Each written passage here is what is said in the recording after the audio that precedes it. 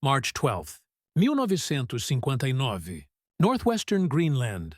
The wind howls across the ice cap like an artillery barrage, rattling the aluminum skin of a C-130 Hercules as it fights for altitude. Inside the cargo hold, Captain Ralph J. Blake, U.S. Army Corps of Engineers, tightens his gloves and leans toward the small porthole window. Below him stretches nothing but white, an endless, featureless desert of ice, rippling like a frozen ocean under a pale Arctic sun. The engines roar, metal groans, somewhere deep in the fuselage. Cargo chains clink rhythmically, each sound amplified by the cold. Blake exhales slowly, fog blooming inside his oxygen mask. He has built airstrips in Korea, bridges in Germany, bases in Alaska. But this place is different. Greenland doesn't feel conquered. It feels ancient. Watching the aircraft banks, and through the drifting snow, something unnatural appears. A thin, dark line cut into the ice. A runway. Temporary. Fragile. Camp Century coming into view. The pilot calls over the intercom. Blake doesn't answer. He just stares. What lies beneath that line, beneath thousands of feet of solid ice, is the most ambitious military experiment ever attempted in the Arctic. And almost no one back home knows it exists. The Cold War has entered a new phase. It's 1959, and the United States and the Soviet Union are locked in a silent standoff measured in megatons and minutes. Intercontinental ballistic missiles are no longer theoretical. They are real, fueled, and waiting. Military planners in Washington lose sleep over a single question. What happens if the Soviets strike first? The answer, according to the Pentagon, lies underground. But not just underground, under ice. Greenland, a Danish territory perched between North America and the Soviet Arctic, has become a strategic prize.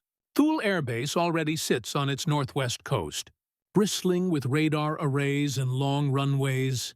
But radar can only see so far. Bombers can be shot down.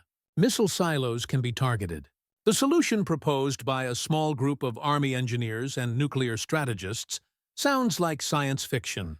Build a hidden city beneath Greenland's ice sheet.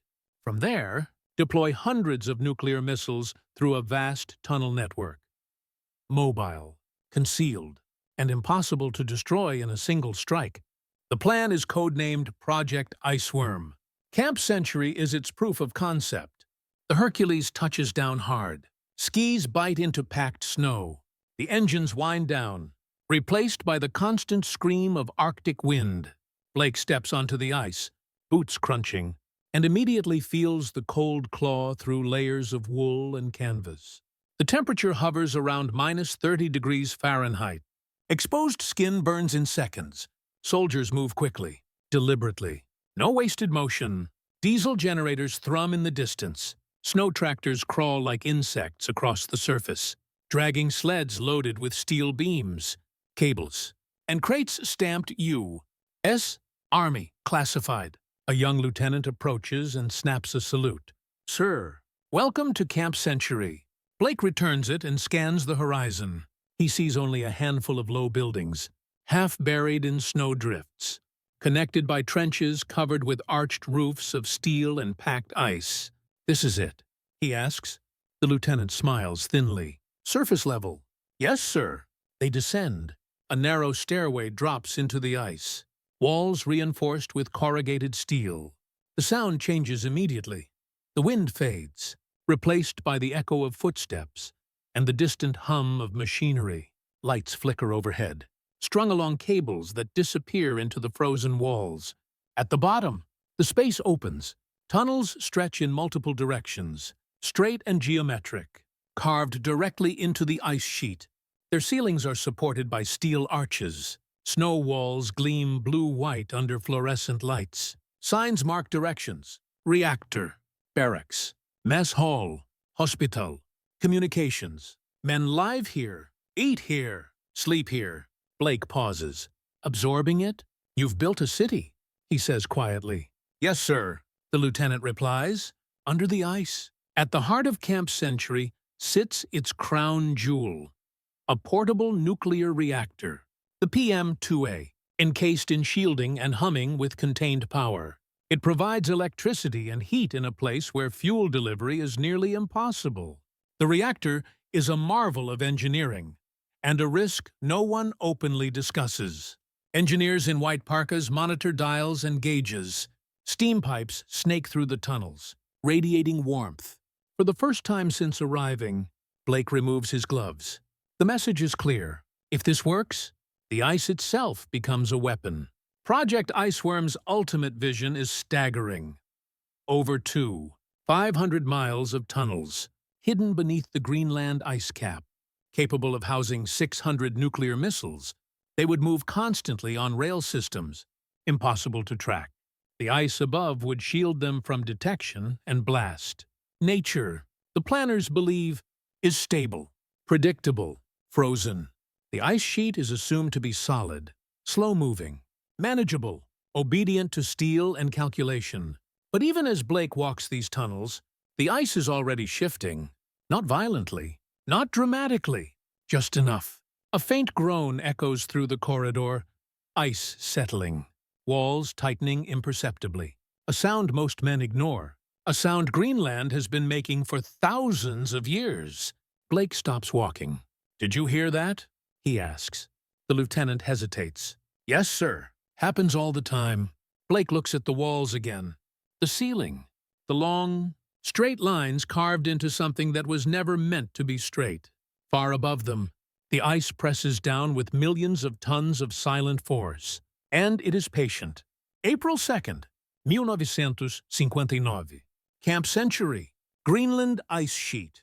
The warning siren is brief. 2 sharp bursts that slice through the constant hum of generators. Inside Tunnel 3, Specialist Harold Jensen looks up from his clipboard as frost dust drifts from the ceiling. "Settlement check," someone mutters. Jensen exhales and pulls his parka tighter. He's 22 years old, from Minnesota, and thought he understood cold. Greenland has taught him otherwise. Here, cold isn't just temperature. It's pressure. Weight, a living thing that presses in from all sides. The men fan out with measuring tools. Plumb lines, calipers, chalk. They mark the walls carefully, comparing today's measurements with yesterday's. The steel arches, perfectly spaced weeks ago, now lean inward by fractions of an inch. Fractions that matter. Tunnels narrowing, Jensen says, forcing calm into his voice.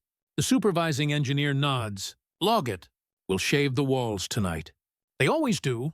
Every few days, snow cutters grind away the ice, widening the tunnels back to their original dimensions. It's routine now, expected. Official reports describe it as manageable deformation. Unofficially, the men call it the squeeze. In Washington, D.C., Project Iceworm remains wrapped in layers of secrecy so dense that even Denmark, Greenland's sovereign authority, has no idea what is being tested beneath their ice.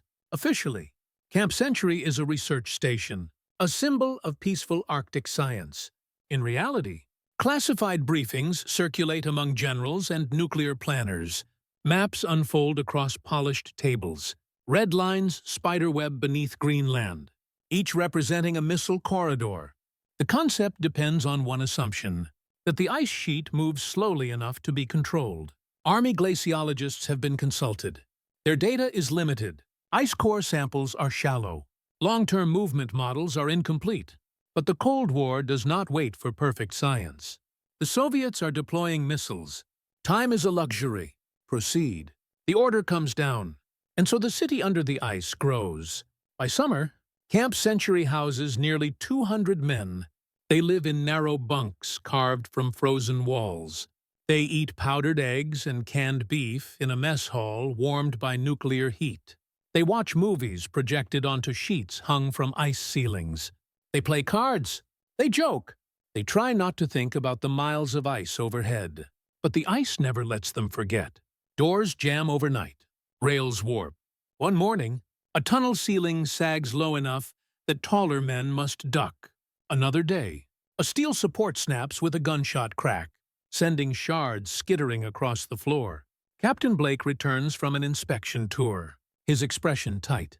We're chasing the ice. He tells the project supervisor. It moves. We cut.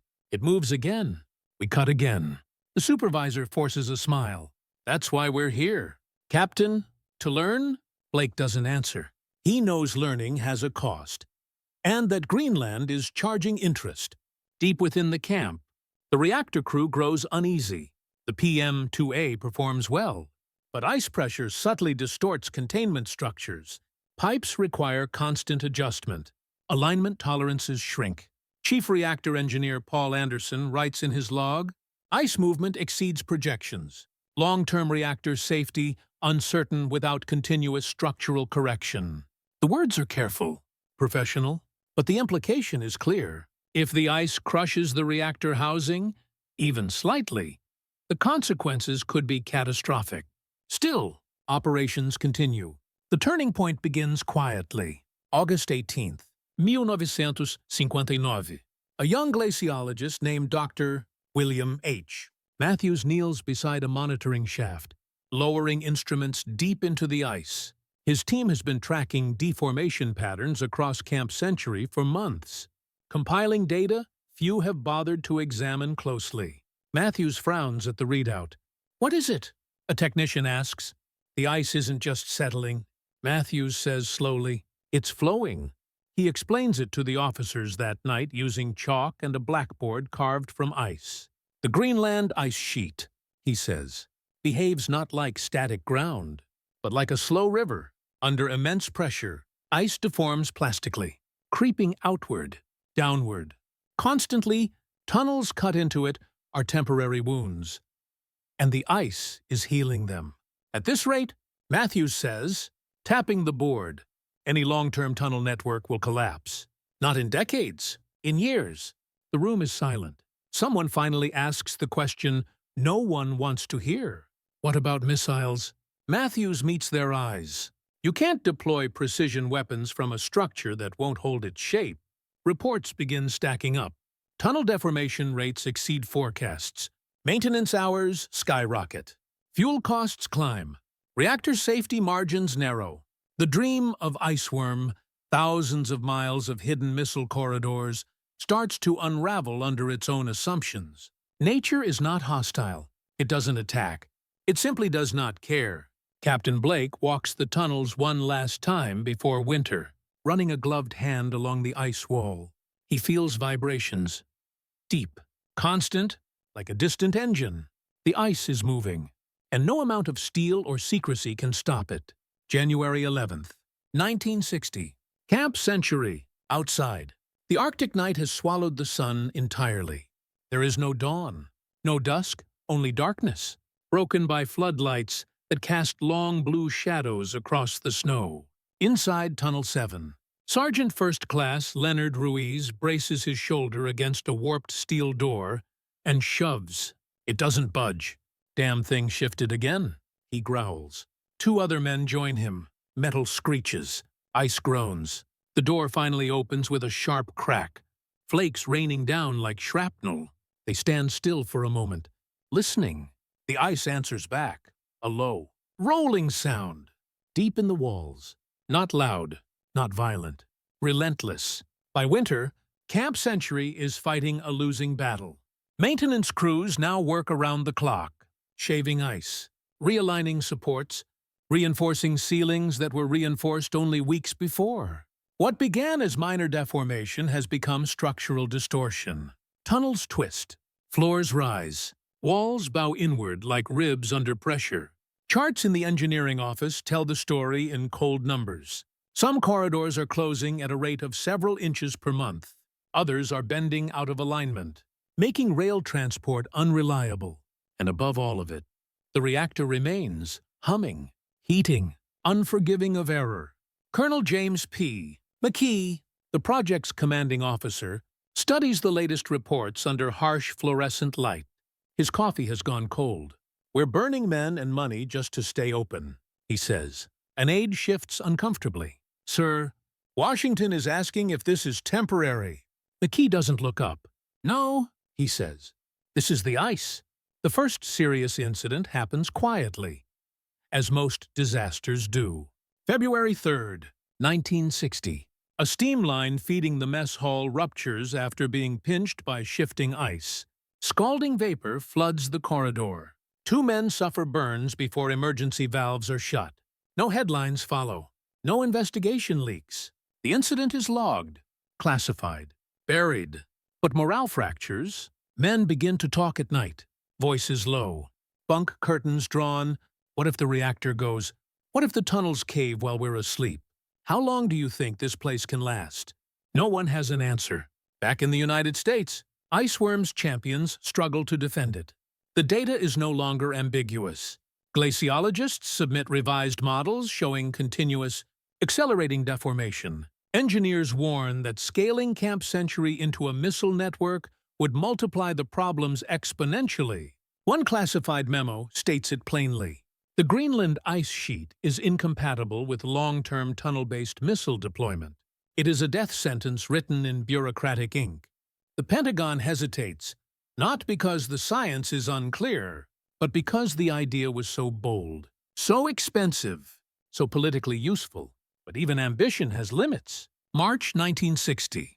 Camp Century receives a new directive. Reduce operations. Begin long-term evaluation. It is not an order to shut down, not yet. But everyone understands what it means. Captain Blake returns again, older now, quieter. He walks through sections already abandoned. Lights off. Equipment removed. Ice reclaiming empty space. The walls are smoother here. The tunnels narrower. The camp is being erased.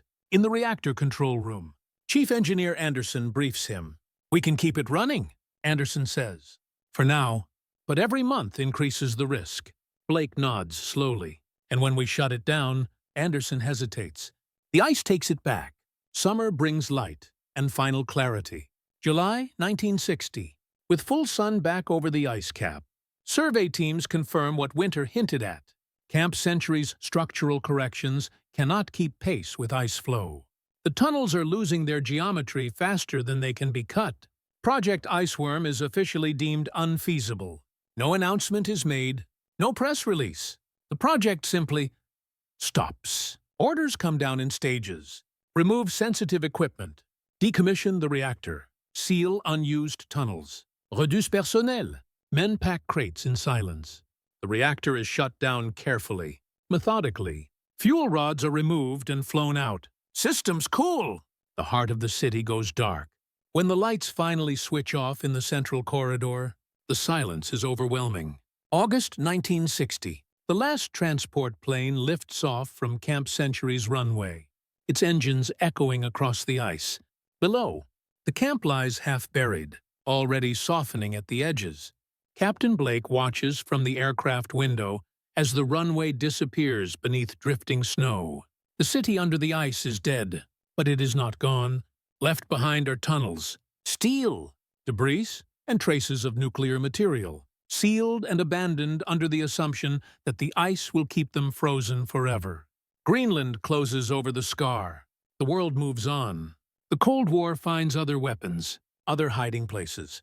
And Project Iceworm fades into classified history, a reminder that even superpowers cannot negotiate with nature.